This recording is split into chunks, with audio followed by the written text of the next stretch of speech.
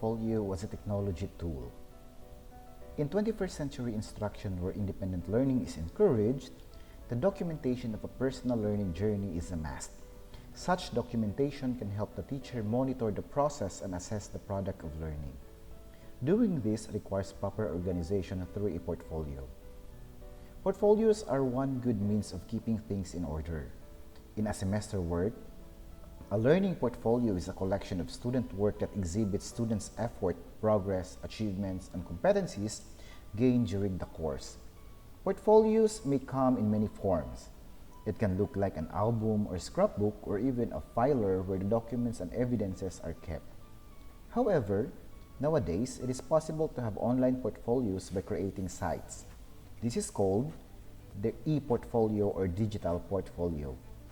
This can be used as a digital archive that can contain the same materials as a physical portfolio but can have more such as multimedia productions, relevant online links or references, digital stories or videos, blogs, PowerPoint presentations, photographs, and other ICT materials.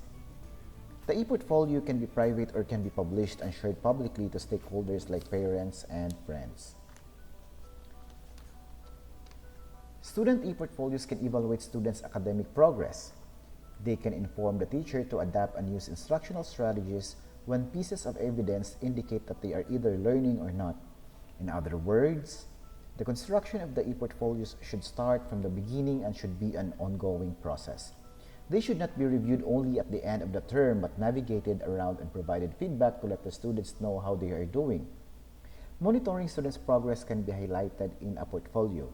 It may not only contain finished products but also several versions on how the students improve their work based on the feedback provided by mentors. Moreover, portfolios can actually determine whether the students have transferred what they have learned in new projects or other domains. Portfolios document students' learning growth. They actually encourage the students' sense of accountability for their own learning process. This may lead to see them that the learning process is theirs and not anybody else. This can make learners reflect from where they have begun to how far they have developed. When they make decisions on what or what not to include, they get engaged in the process of creating their own voice in their portfolio. In creating an online portfolio using a site, there are many sites that can be used in creating an ePortfolio, one of which is the Google site. If you have a Google account, you can start using the available applications. Another one are Weebly, Wix, and among others. There are different parts of an ePortfolio. Just like a book, the ePortfolio has pages or sections. The organization can follow a chronological order based on the activities that you go through, or you can have a thematic arrangement. Whatever you choose, it will be a display of your organizational skills. The first part is the home page. This is the first section or the cover page. This is the first thing that your readers will see. So you need to introduce yourself and the objectives of your ePortfolio. Usually, there are templates available and each provides sections. You can add personal touches such as images or a change of color themes. The second part is the pages. The pages that you can add depend on how you would like to organize your portfolio.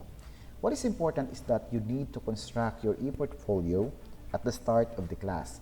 In that way, you can have a fresh start as you try to be conscious in documenting the activities and learning that goes with each session. When adding pages, just click the icon and decide whether it will be parallel to your home page or it will be another under it. The third one is the reflections. A major element in a portfolio, whether it is online or not, is the writing of the reflection.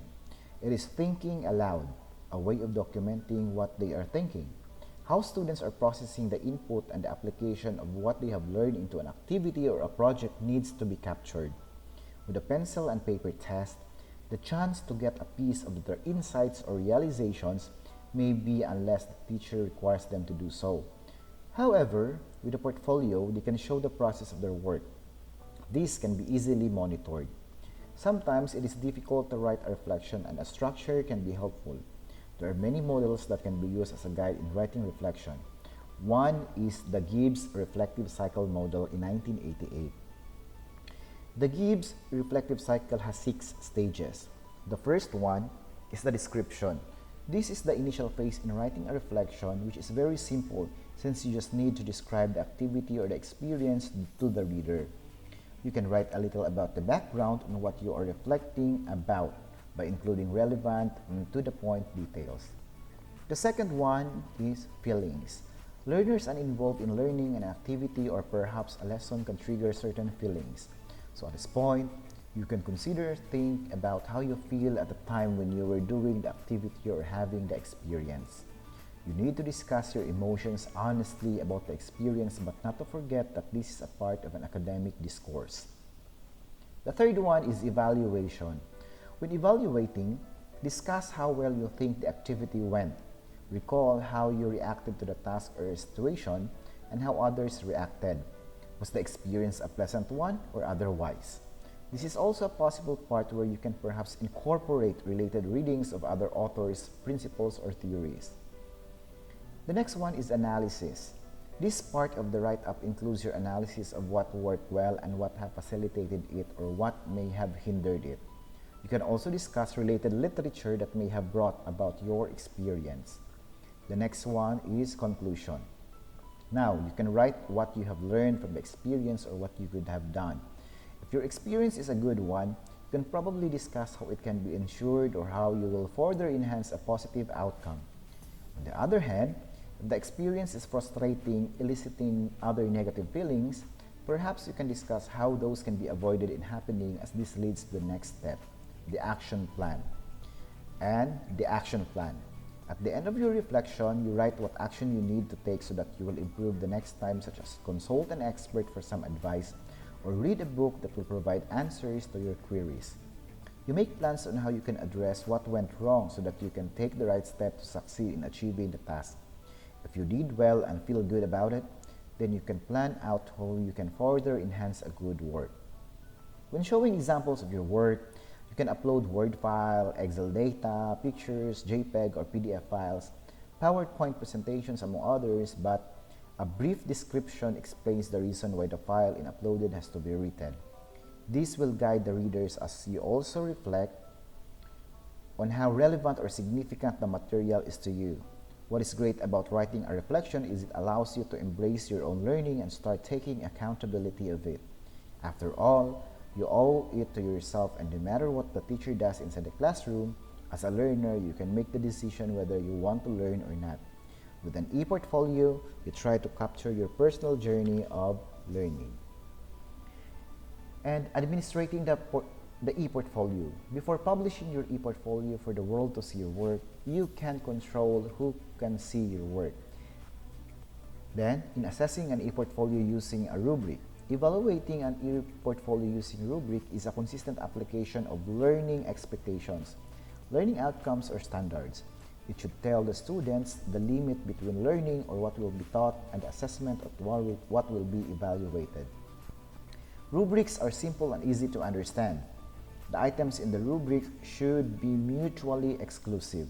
Students can see connections between learning, what will be taught, and assessment, what will be evaluated, by making the feedback they receive from teachers clearer, more detailed, and more useful in terms of identifying and communicating what students have learned and what they may still need to learn.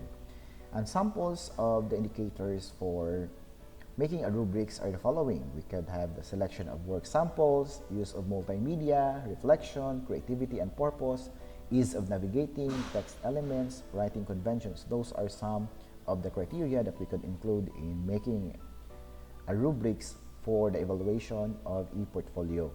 Then you can use now inadequate for 1 point, apprentice for 2 points, competent for 3 points, and exemplary for 4 points.